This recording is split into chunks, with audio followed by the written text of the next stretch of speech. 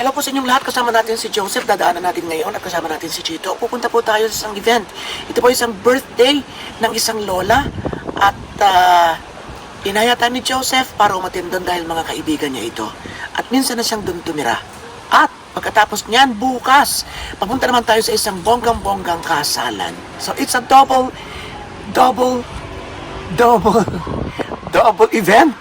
Ang daming double event. At syempre, ang gusto kong lagi, kasama kayo. Okay? Let's go.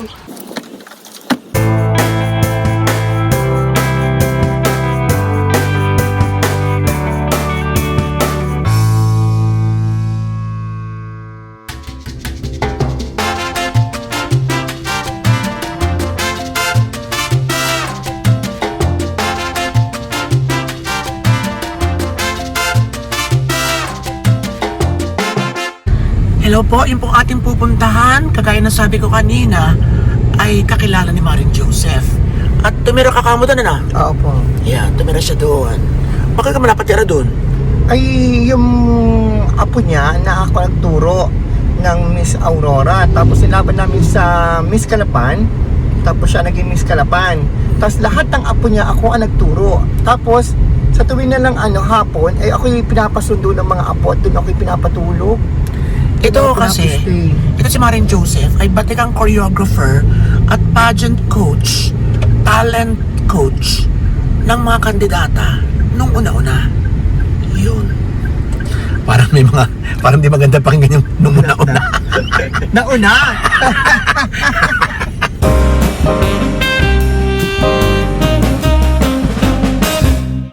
Ito kung pupuntahan natin ngayon ay ang mga anak ay nagtatrabaho pala or mga OFW sa bansang Turkey. Oo, lahat.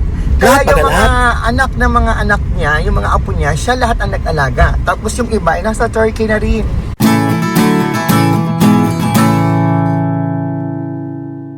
So ito po ay, ito ay siyempre special dahil siya po ito meron dyan sa mga yan dati. At pinahiram pa sa akin isang bahay. O di babae pinahiram. Kasi po, lahat ng kanyang anak na nasa Turkey ay nagpagawa ng bahay, hindi naman tinitirhan. Ilan ba ang anak niya nasa katulad Turkey? nito, yung interviewin mo ngayon, umuwi na, ayaw na pinaayos na talaga yung kanyang bahay. Pati mga apo. Talking of interview, kausap natin siya.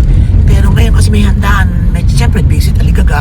So isa-set na lang natin sa isang araw. Pero siyempre, alam kong marami sa inyo naghihintay ng mga kwentong OFW kung saan-saang bansa. Nakapag-interview na tayo ng galing Thailand, galing Singapore, magtatrabaho sa US. At ito naman ang pagkakataon natin makakuha ng information kung ano yung buhay at ano yung mga trabaho available sa Pinoy sa bansang Turkey. Yun, abangan nyo yan.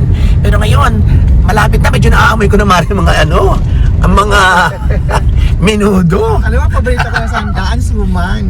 Oo. Tapos ang lalanta ka mo kaldereta. Hindi, pag merong lechon. Ay, wala lechon, ano? Ang ganda ho ng bundok, ayan. Talaga namang hawang-hawan. This is province life. Sarap sa mata.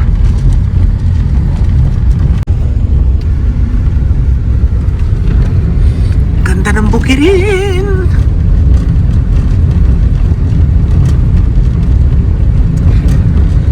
Ayan po, papasok na tayo sa kanilang barangay. Sa barangay na pupuntahan natin na kung saan reyna si Maring Josefa, ang barangay Balingayan. Let's go.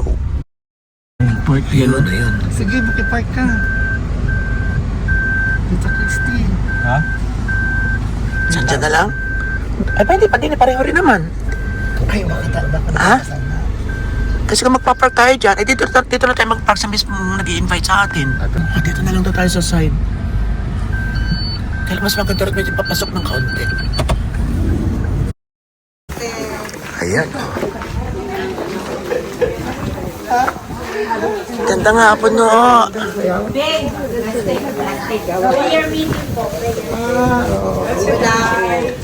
Ay, happy birthday ho! Happy birthday! 76 years old.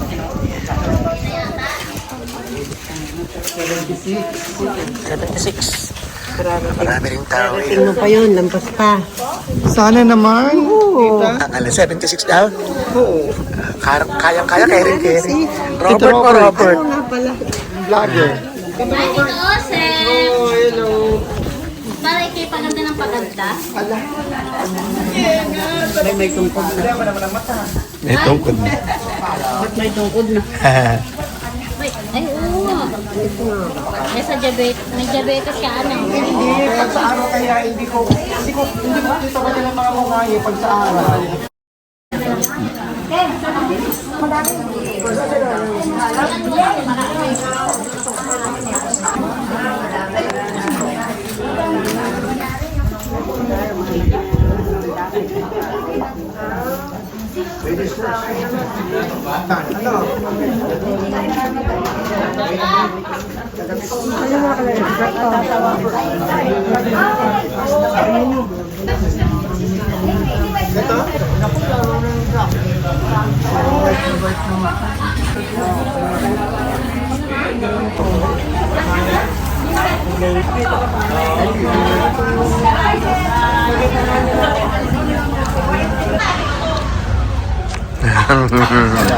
Sabi ko na, laki ng lumpia. Sumat na yun. I thank you so much. Thank you po.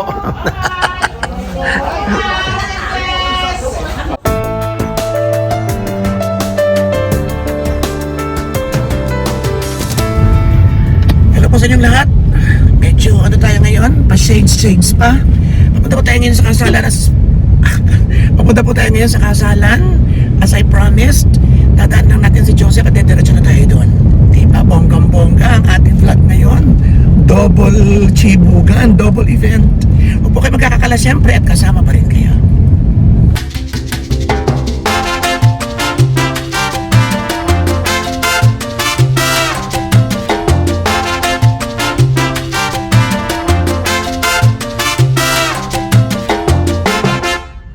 Nakikita na kami mga sasakyan. Sigurado yan na yan. Ang tanong, nasan yung Farmville? Pakaliwa pa kanan? Kanan. Dito yan, kanan. Dito marami. Saan kaya ang entrada? Ay, ang haba, ano? Ang haba, oh.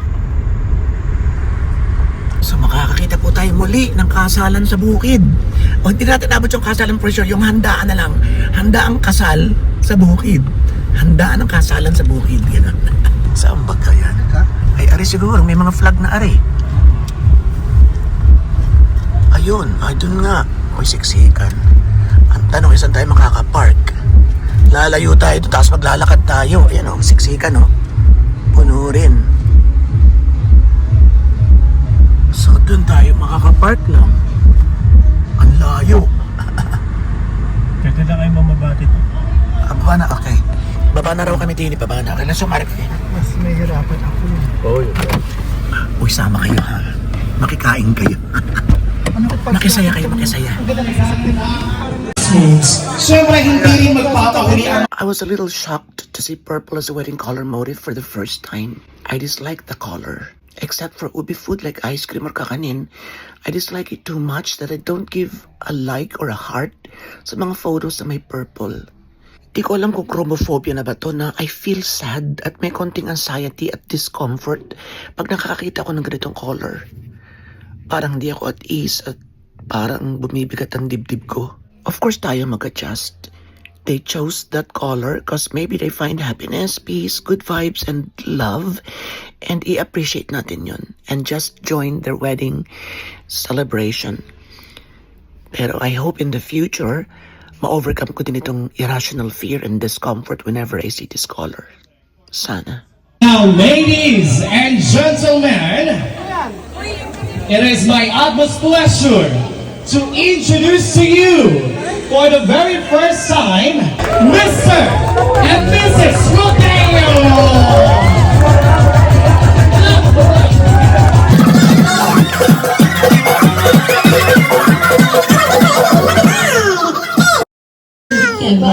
Wala pa sila isang buwan, nagkakasama ang gawan.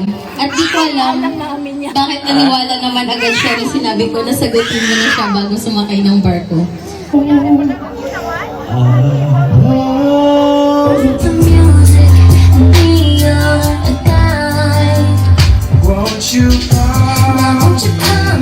Ang haba ng pila para makakuha ng food. ganito talaga. Hindi naman tayo kasama doon sa mga espesyal na kagaya ng mga abay o mga ninong. At isinabit lang tayo ni Joseph. Or actually, pina-invite naman tayo ng nanay. Pero still, okay lang tayo dito. Huwag na tayo maghanap pa ng special treatment. Pila kung pila. Jeff Rocks naman tayo eh. Ano tayo? Dito po kayo sa unahan, pwede po ba? Ayan, sasayaw ng street dance.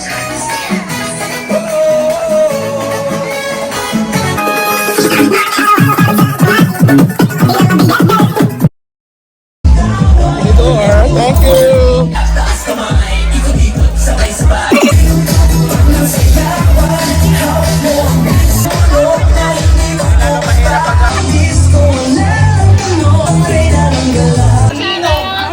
Nakakamune, Mr. Dominador and Mrs. Juby Matila. Andito po ba sila? Asan po ang mag-asawa? Ayan, nandito po sila. Tawagin natin. San Dominador, Ninong, and Success! Uy, kamusta kami to? Hello! Congratulations! Alam po ba ang ating kasalan ngayong umaga? Alamin natin kung magkano ba ang pakilikin yung souvenir item or the token of Sa ilalim ng punong mangga! Asan na po? Ito ni Ninong. Eto na. A total of 20,000 pesos po. Mano na kayo sa inyong Ninong akto niya. Next, we have Mr. Abdul Ayan. Okay, now we have Sherwin, Ninong Sherwin, and Dinang Belape Aguilar. Bibilangin din natin yan, syempre. Ninong, ang laman ng kanilang pakingking ay 1, 2, 3, 4, 5, 6, 7, 8, 9, 10, 11, 12. Thank you so much for a total of 12,080 pesos. Bago natin bilangin, pakinggan muna natin ang mensahe ng kanilang mahal na nanay. Mahal kong Evie, sa araw ng iyong kasal na puro nag-alak-alak sa salamat sa aking puso na parang ikaw lang ay kayakap-yakap pa kita at pinaarap ko na isang pinakabukasan. Ngayong nakikita kitang handa ka ng lumog sa sarili ng pamilya kasama ang taong pinili mo na. Ngayon ay pauwi na. Ayan na. Kasama namin si Nanay. May birthday ng isang araw. At kahapon. Kasama yung kanyang daughter. Yan ang makakausap natin sa isang araw from Turkey. Yun ang interviewin natin sa isang araw. Nagtrabaho siya sa Turkey. Far away paano? Ninang siya ngayon. Malayo. Ayun, dun pa yun. Pagkakalayo. Ay, sobrang init pa naman. Diyos ko. Ayun, ay, Diyos ko. Pag nandinig ka na talaga namang napakasarap sa feeling. So nakaraos na kumbaga, nakakain, siyempre nakipagkwentuhan, nakipag-banding. Lalo pa to, kaibigan niya lahat yung mga taga-ro. Ay nako. So, yun, mamaya na tayo magkwentuhan na talaga namang sobrang init, papahinga muna. Marami tayong mag-uusapan. Okay, so nagpahinga po muna kami rin, sobrang init talaga naman. Yan, sabi ni Chito, i-park muna kami din eh. So yun, pag-usapan natin, first time kong makapunta ng kasal na ang kanilang motif ay yung kulay na ayaw ko. Purple. Ay! Ano ba naman ikaw, Lito Lapid? Yun, so personally, ayoko talaga ng purple. Pero, Diyos ko naman karapatan ko magreklamo doon. Siyempre, hindi rin natin papansinin. Lalo pat super sarap ng pagkain. Ano na gusto mo ron? Lahat. Lahat ano? Lahat masarap? yung matamis, hindi ko, medyo maasim siya. Yun lang, hindi ko na. Ay, yung matamis sa taba. Diyos ko na parami na naman tayo ng taba. Pero magpapabulan lang ako mamaya sa bahay. Apretada, nun, sarap. Oo. Feel ko nagluto na yun. Hindi nagluto kahapon sa birthday ni nanay. Tapos, yung embutido. Oo, yun nga rin siguro po. So yung kita yung di ba nakapila kami. So ganoon talaga. Eh kung hindi magkasya ron sa mga special guests, sa mga abay, mga ninong, edi may sarili ang mga bisita. Yun. And, ano pa? Basta wala lang artihan, syempre ganun talaga. Sa Mahalaga buhay. nag-enjoy tayo Nag-enjoy. sa company ng mga barkadahan. At naimbita. Yun nga lang, yung nanay na gusto kong makasama ni Joseph, hindi na namin na-meet, at nanay nung kinakasal busy. Pero nag-donate din sila ng, kita ko nabigyan din ng pera.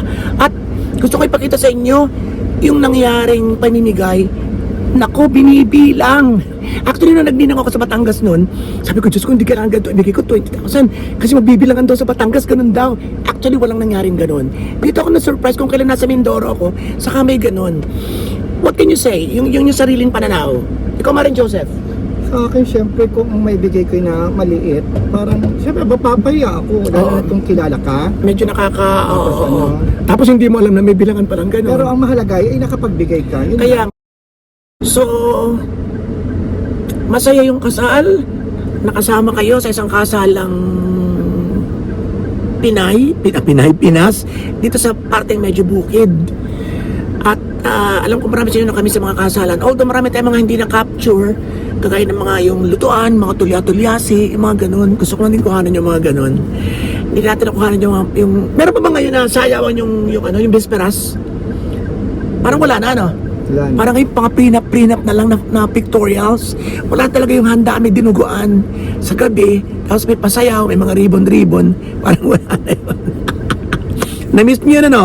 At ang gusto ko pang makita sa mga kasalang bukid na ang tagal na.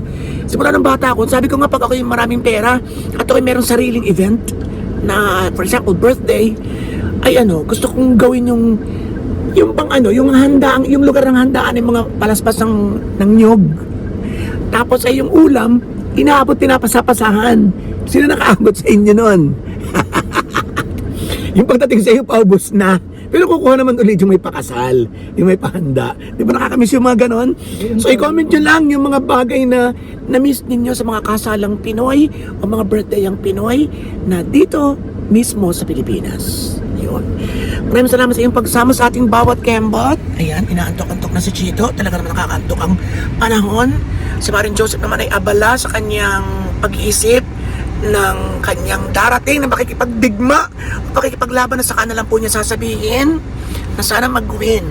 Di ba? At yun, tayo po ay nag-iisip na agad kakakain pa lang natin, nag-iisip na agad tayo ng halo-halo. Napakagutumin ko. O yung tipong yung pang-refreshing, diba, na bonggang-bongga. O yung talagang super lamig na shake, yung mga ganun. Baka may madadaanan tayo dito. Iniimbita pa rin ako ng kaibigan ko, mga kaklase ko dun sa Bandaron. Pero nag-iisip ako kung tutuloy kami o hindi. Kung tumuloy man kami sa isang araw niya na mapapanood dyan. Okay, maraming salamat. Si Chef Nardabato sa yung ko sa iwas at mabuhay lahat ng Pinoy sa masulok ng world. Batology pa more and more and more. Thank you.